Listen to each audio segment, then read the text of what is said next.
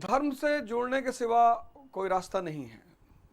मतलब 4 शब्द ऐसे हैं, 4 जिनको आप अपने जीवन का आधार बना लें, और अगर आप बना लेंगे तो आपके जीवन की जो चुनौतियां हैं वो खत्म हो जाएंगी। इतनी क्षमता ही पैदा हो जाएगी कि चुनौतियां, एक शब्द तो है धर्म। धर्म क्या है? जीवन की कला है। इसके बिना आप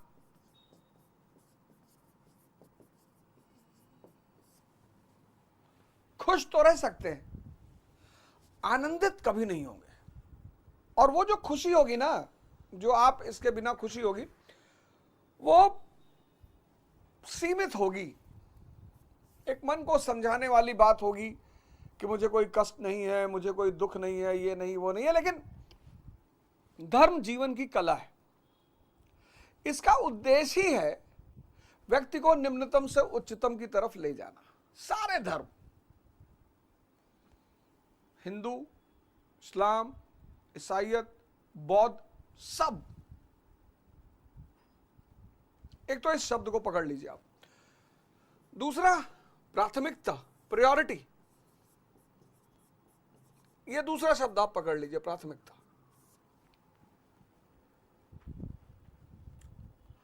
मतलब सब कुछ करना है, लेकिन एक डायरी बनानी है, और जिस उम्र में आप हैं, जिस दौर में आप हैं, वहां प्राथमिकता क्या है, बस ये नोट डाउन कर लीजिए।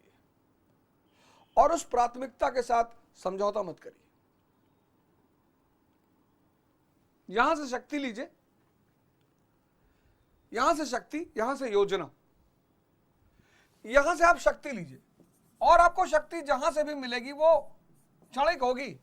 यहां से आप योजना लीजिए, घबराइए मत, बिल्कुल मत डरिए। फिर तीसरा शब्द है समझ। मतलब ये सब असंख्य, असीमित धन की कीमत के शब्द हैं। समझ, जैसे फॉर एग्जाम्पल समझ कि आप अगर कुछ नहीं है जीवन में, आपका कोई सामाजिक कद नहीं है, तो आप क्यों लोगों से आशा करते हैं? कोई हमें इज्जत देगा, कोई हमें प्रेम करेगा, कोई हमें सम्मान देगा, कोई दे दिया तो आप उसके लिए दुआ कर दीजिए। जैसे आप स्टूडेंट हैं और किसी पार्टी में गए और लोग आए आपके लिए खाना वाना ले आए, तो आप उसके लिए दुआ कर दीजिए कि भगवान ये तो बहुत अच्छे लोग हैं, भगवान उनके घर में 500 करोड़ रुपया आना चाहिए भगवान। और नहीं किया तो नाराज होने की भी जरूरत नहीं। समझ,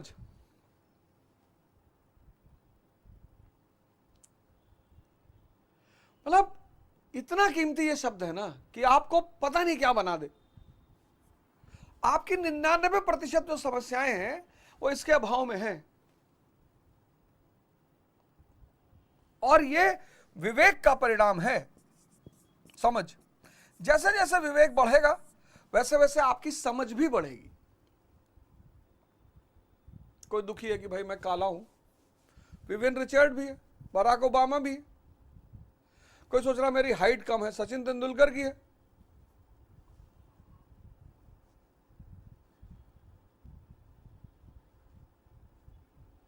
मतलब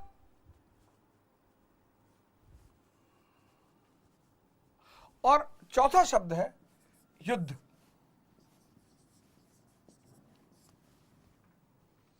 इन 4 शब्दों को, तो धर्म आपको शक्ति देगा, प्राथमिकता आपको योजना देगी, समझ आपको विवेक देगा, और युद्ध आपको साहस देगा।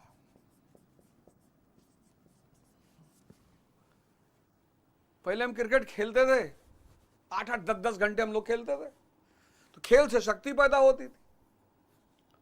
और फिर वो चिड़िया मारने वाली बंदूक, छर्रे वाली आती थी, वो छर्रे वाली पिस्टल आती है, उससे ले आए, घर में एक निशाना बनाया, 10-12 बार फायर किया, बड़ा साहस पैदा होता था उससे। आपकी जनरेशन ने ये सब छोड़ दिया। भाई भगवान कृष्ण क्या है? एक हाथ में बांसुरी है, दूसरे हाथ में चक्र है।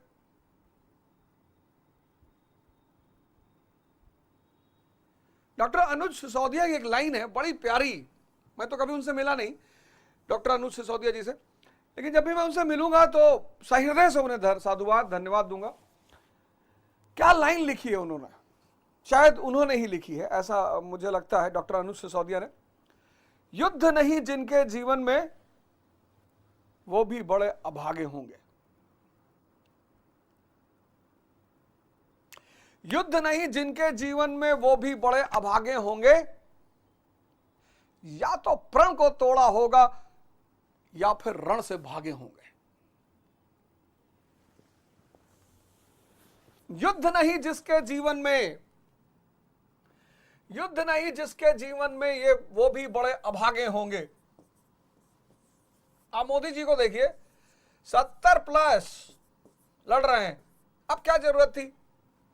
70+ लड़ रहे हैं, मैदान में डटे हुए हैं 70+, और आप 16+ में डिप्रेशन का शिकार हैं।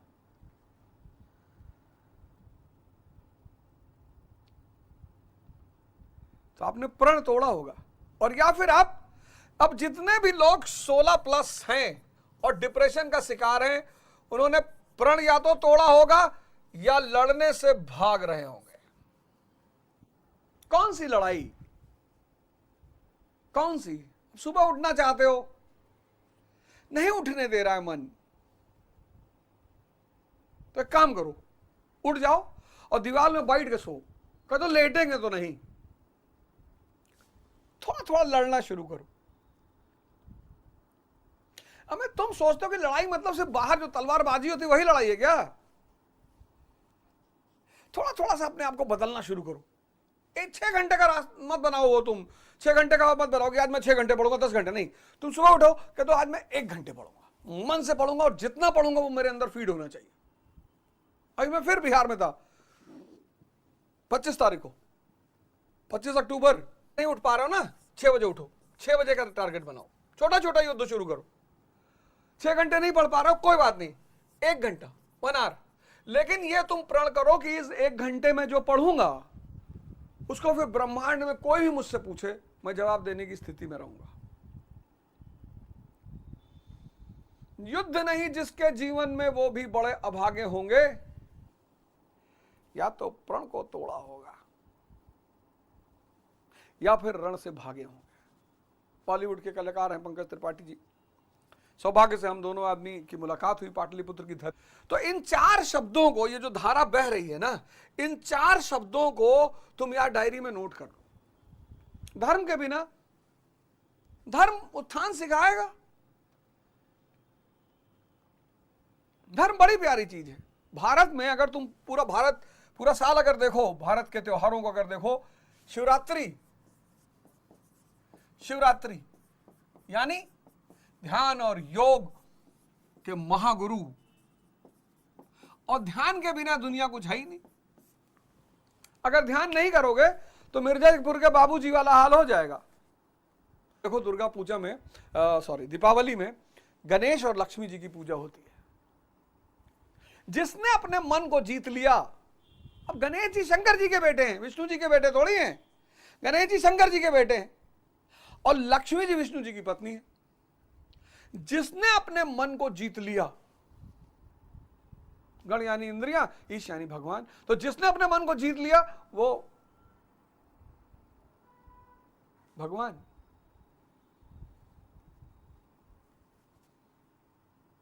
भगवान यानी समृद्धि, हर तरह की समृद्धि। कितना प्यारा कल्चरल डायग्राम है हमारे देश का। लेकिन हमने क्या किया? हमने इसको सिर्फ सैद्धांतिक अपनाया।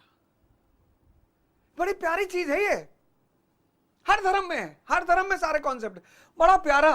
हमसे बहुत लोग पूछते हैं कि यार हिंदू धर्म, मैंने कहा यार मुझे बहुत प्रेम है, इतना वैज्ञानिक तरीका है।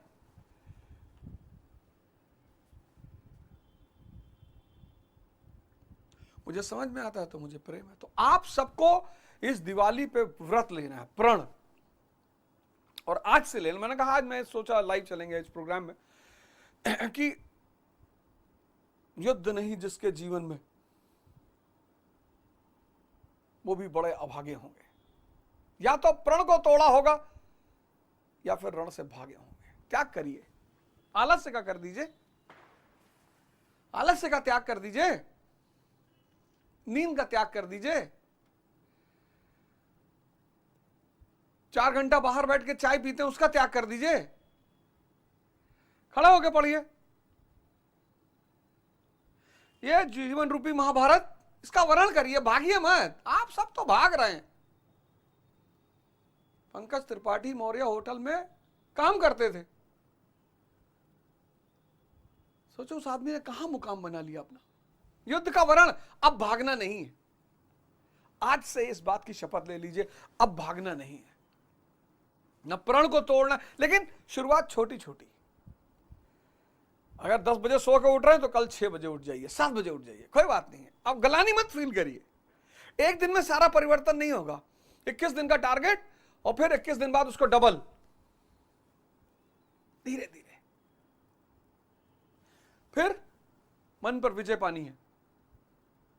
यह साल कैसा भी गया कोई बात नहीं, साल का अंत बहुत अच्छा होना चाहिए। मतलब दिसंबर, जिस दिन आप 1 जनवरी को न्यू ईयर मना रहे हो, उस दिन आप एक नए इंसान हो।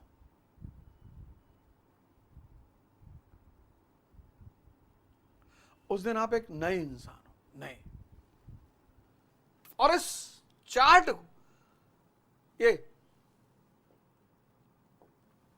तो यही बात भगवान कृष्ण भी अर्जुन से कह रहे तू लड़ यार, तू क्यों भाग रहा भाई,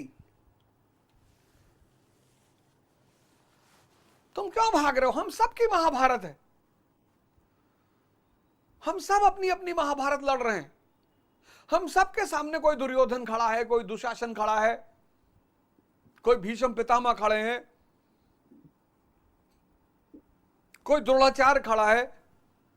लेकिन जिसके पास कृष्ण नहीं है वो परेशान है। कृष्ण यानी गुरु। हमारे गुरु हैं बाबूजी श्रीकांत यादव जी, प्रयागराज में रहते हैं। मैं पटना से सीधे उनके पास पहुंचा कल रात। कल उन्होंने हमको कहे करवा चौथ मनाए। हमने कहा जी बाबूजी मनाए। कहा हाँ यार करवा चौथ काहे मनाए, कभी सोचे कभी। हमने कहा बाबूजी अब मनाते हैं, वैसे राजस्थान का फेस्टिवल है बेसिकली। और राजस्थान में चूंकि दशहरे के बाद वहाँ की सेनाएं युद्ध पे निकलती थी, तो ये बेसिकली राजस्थान का फेस्टिवल है। तो वहाँ की औरतें अपने पतियों के लंबी आयु के लिए करवा चौथ रखती थी। अरे कहे नहीं यार, हम बता रहे हैं जी। तो कहे कि उल्लू ने लक्ष्मी जी से कहा कि माता जी हम आपका साधन है, वाहन है, आपकी इतनी सेवा करते हैं, हमें कोई पूछता ही नहीं, हमारी पूजा ही नहीं होती। तो माता जी ने कहा तू चिंता मत कर, धरती पे दिवाली से 11 दिन पहले तू भी पूजा जाएगा। बोले कैसे माता जी? अरे बोले करवा चौथ के रूप में, तो चिंता मत कर, तेरी भी पूजा होगी। मैंने कहा जी जैसा जैसा। मैंने बोले, उन्होंने कहा इसका अर्थ सार समझे। मैंने कहा क्या? कहीं तुम हंसी में टाल दोगे। ऐसा नहीं कि पति सारे उल्लू हैं। उनका कहने का मतलब ये नहीं था कि सारे पति उल्लू हैं इसलिए उनकी पूजा हो रही। गृहस्थ जीवन जो है, समझाया उन्होंने बहुत प्यार से। बोले जो गृहस्थ जीवन है ये तपस्या का जीवन है। एक तरफ छोटे बच्चे और एक तरफ बुजुर्ग वृद्ध, इनका पालन और इनकी सेवा।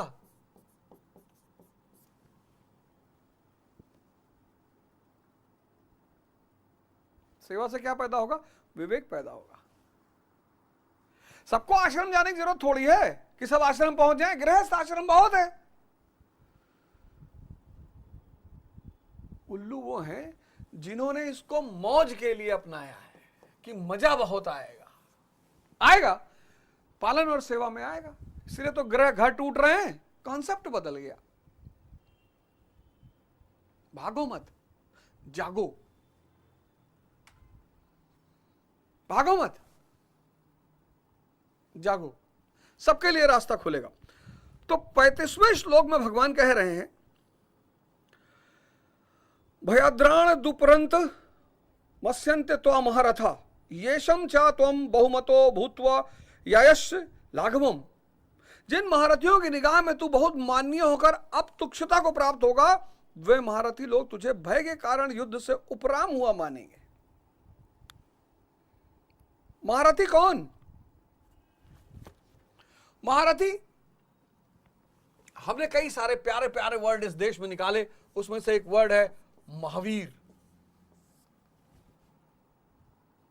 उसमें से एक वर्ड है निग्रंथ,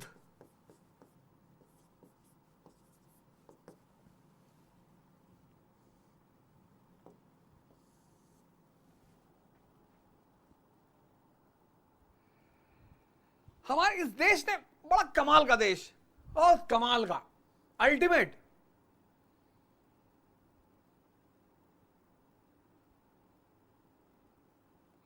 भाग्य है उन लोगों का जो इस देश में पैदा होते हैं, और उनका उससे भी ज्यादा भाग्य है जो इस देश में पैदा होकर किसी गुरु को प्राप्त कर लेते हैं। गुरु के पास जाकर वही लोग परेशान हैं जो संसार मांगने गए हैं। मांगना ही नहीं,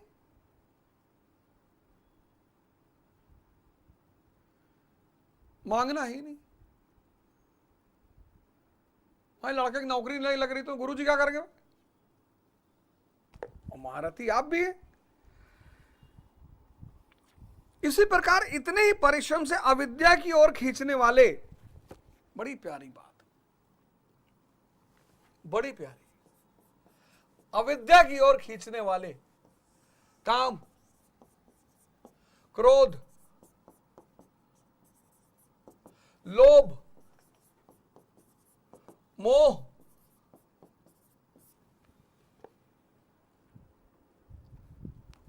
ये भी महारथी।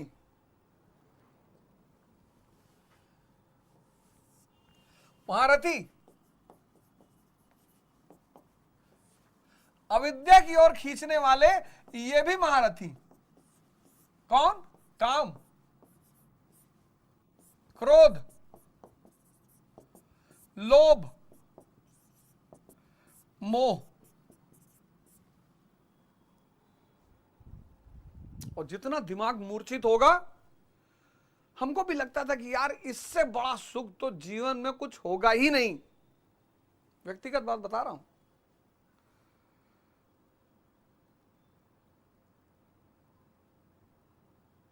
बस लगता था कि भगवान सुंदरतम स्त्रियां मिल जाएं बस।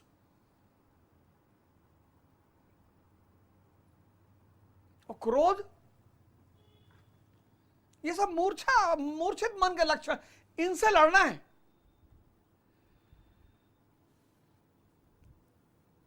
ये भी महारथी।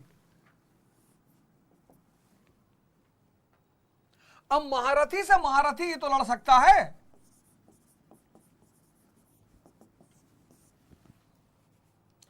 और जब ये महारथी, इस महारथी के पास एक एक्स्ट्रा फैक्टर है, गुरु। जहां ये भटकेगा वहां गुरु पीछे से सप्लाई कर देगा एनर्जी की। टेंशन मत ले, मैं तेरे साथ खड़ा हूं। अब एक छोटी सी नाव को,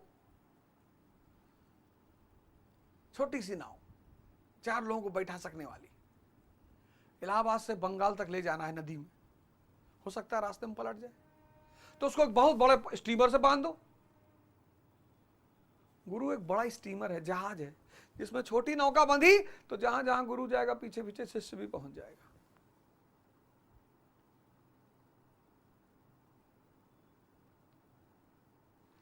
सब महारथी है। मूर्छित आदमी को बहुत परेशान करते हैं, बहुत। अरे भाई साहब, इतना परेशान किए हैं ये, इतना नुकसान किया है मैंने इसके चक्कर में, अपना किया है। दूसरा, क्रोध में व्यक्ति दूसरे का नुकसान कभी करता ही नहीं, अपना। और काम, मिर्जापुर के बाबूजी को देखो, व्हीलचेयर पे बैठे हैं, बहु बीमार, स्वर्ग प्राप्त होगा। इस युद्ध में अगर मरोगे, साधना के युद्ध में, इसमें मरोगे तो स्वर्ग प्राप्त होगा।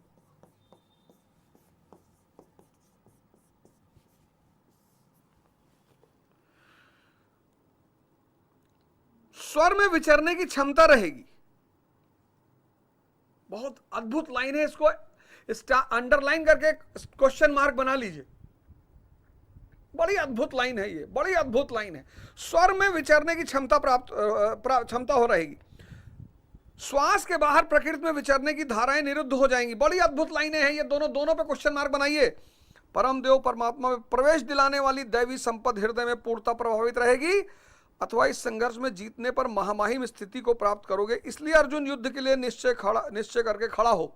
ये पूरी लाइन समझा रहा हूं, बड़ी प्यारी लाइन है ये। प्राय लोग इस श्लोक के अर्थ में समझते हैं कि युद्ध में मरोगे तो स्वर्ग जाओगे और जीतोगे तो पृथ्वी का सुख भोगोगे। जीतोगे तो पृथ्वी का सुख, ऐसा भ्रम, ये भ्रम है, ये भ्रमात्मक एक्सप्लेनेशन है। यह बात कृष्ण भगवान कुछ और कह रहे हैं। कह रहे हैं अगर मरोगे तो स्वर्ग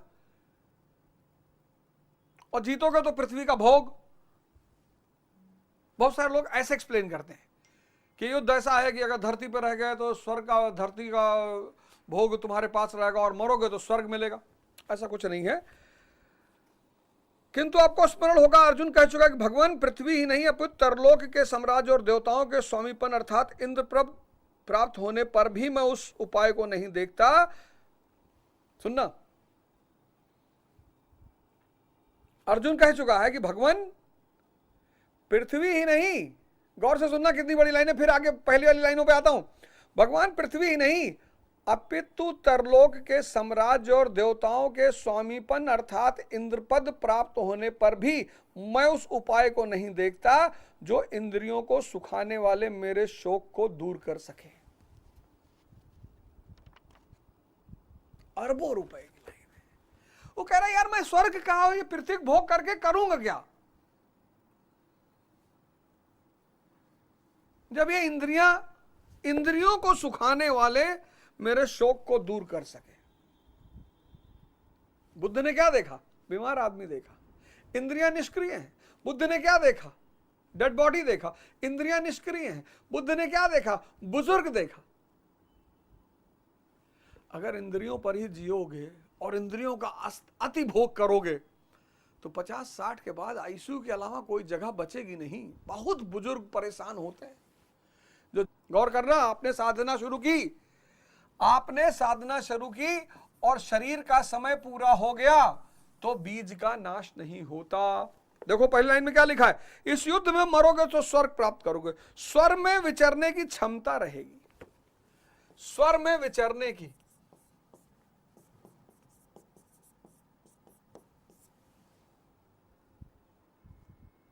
महाराज जी पिछले जन्मों के साधक, महान साधक, इस जन्म में पैदा हुए, स्वर में विचरने की क्षमता मौजूद थी, शक्ति मौजूद थी।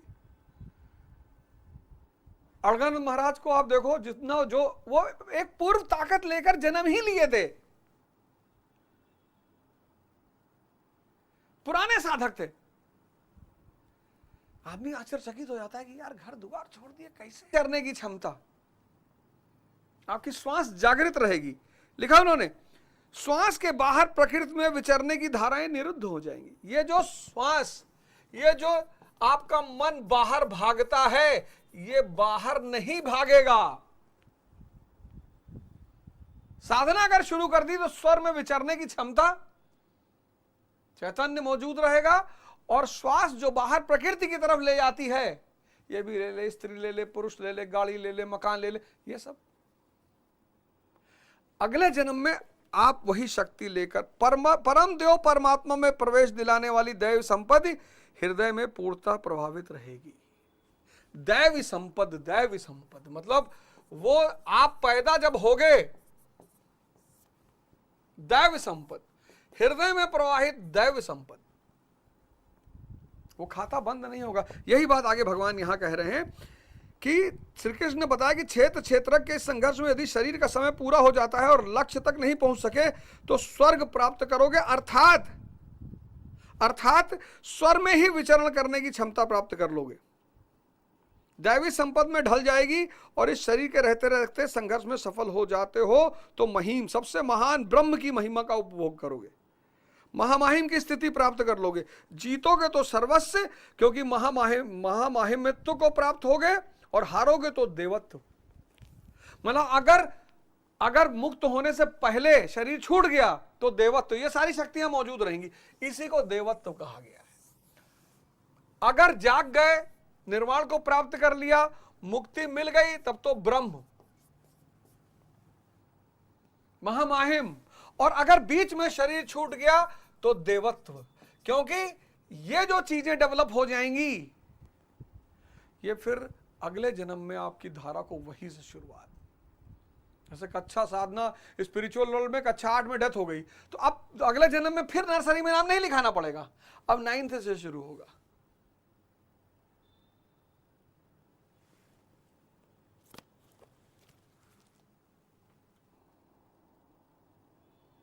श्रम करना पड़ेगा थोड़ा सा, गुरु का साथ पकड़ लीजिए, मेहनत खत्म हो जाएगी, मजा आने लगेगा। सबसे प्यारा काम गुरु का साथ पकड़। महीने में एक बार अगर संभव हो सके आश्रम चले जाएगा, इसीलिए तो चारों तरफ आश्रम है, वहां जाइए। तो हर आदमी जाता है महाराज जी से मिल ली, और कहां मिलोगे महाराज जी से, जरूरत पड़ेगी खुद ही तुमसे मिल लेंगे। चले गए, झाड़ू लगा दिए, बर्तन धुल दिए वहां बैठकर। अब डीजीपी के बेटे हो, बर्तन धुल रहे हो आश्रम में, अहम खत्म, अहम खत्म, अहम खत्म, मतलब विवेक पैदा। विवेक को कौन मारता है? अहम। लोग कहते भैया फलाने बड़े बहुत सरल रहते हैं, सरलता में समृद्धि है। सरलता एक शक्ति है।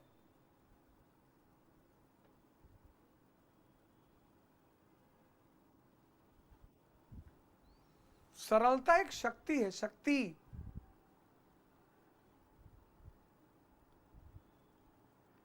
अब गांधी जी को चिंता थोड़ी करनी की यार टाई ले आओ, जूता ले आओ, मोजा ले आओ, क्लिप लगाओ, ये करो, लंगोटी लगाई, धोती पहने, निकल लिए।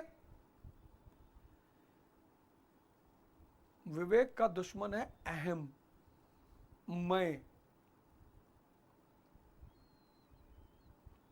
इसलिए इतने बड़े बड़े स्कूलों में लड़के पढ़ रहे हैं, नशा कर रहे हैं, सब माँ बाप परेशान है। आजकल 80% माँ बाप परेशान है, बढ़िया बढ़िया स्कूलों में उनके लड़के पढ़ रहे हैं, नशा कर रहे हैं। हमसे तो बहुत सारे लोग कहते हैं बाबूजी क्या करें, हमने कहा सेवा करवाओ, इसको आश्रम भेजो, बर्तन वर्तन मांजेगा दिसंबर की ठंडक में, तब इसके अंदर वो भाव खत्म होगा कि मैं डीजीपी पुत्र, मैं मुख्यमंत्री पुत्र, मैं विधायक पुत्र, मैं डॉक्टर पुत्र, मैं इंजीनियर पुत्र, मैं फलाना पुत्र। तो जब मैं का भाव खत्म होगा तब विवेक पैदा होगा। फिर जब ये विवेक की रोशनी पा जाएगा तब ये आगे बढ़ेगा।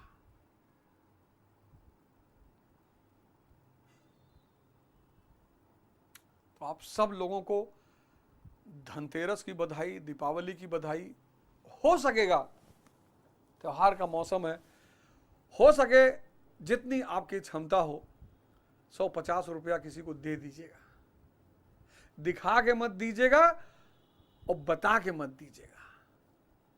ऐसे चलते चलते किसी रिक्शे वाले के हाथ में 100 रुपया पकड़ा दिएगी, पटाखा ले लेना, वहां पैसा गिरा हुआ था चौराहे पे, वहां चौराहे पे गिरा था भैया, तुम्हारा तो नहीं है, लो रख लो, जाओ बच्चों के लिए पटाखा ले जाना, मिठाई ले जाना। खुशी पैदा होगी इसके अंदर, और दिवाली असली वही है। पटाखा जला रहे हो, जगाओ, जलाओ, मना तो नहीं करेंगे,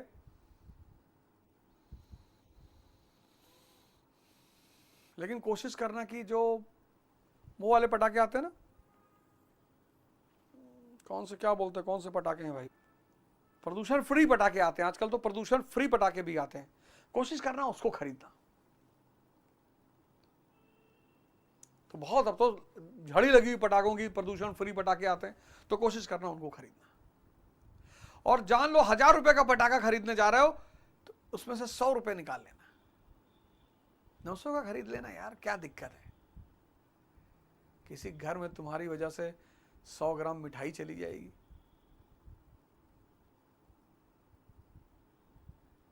लेकिन समृद्धि तभी आएगी जब तुम अपने मन यानी गणेश भगवान को जीत लोगे तब। वरना मनाते रहो दिवाली 3-4 लाख साल तक।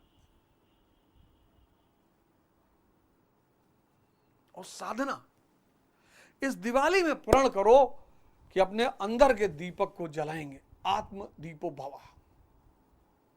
आप सब लोगों को धनतेरस और दिवाली की बहुत बहुत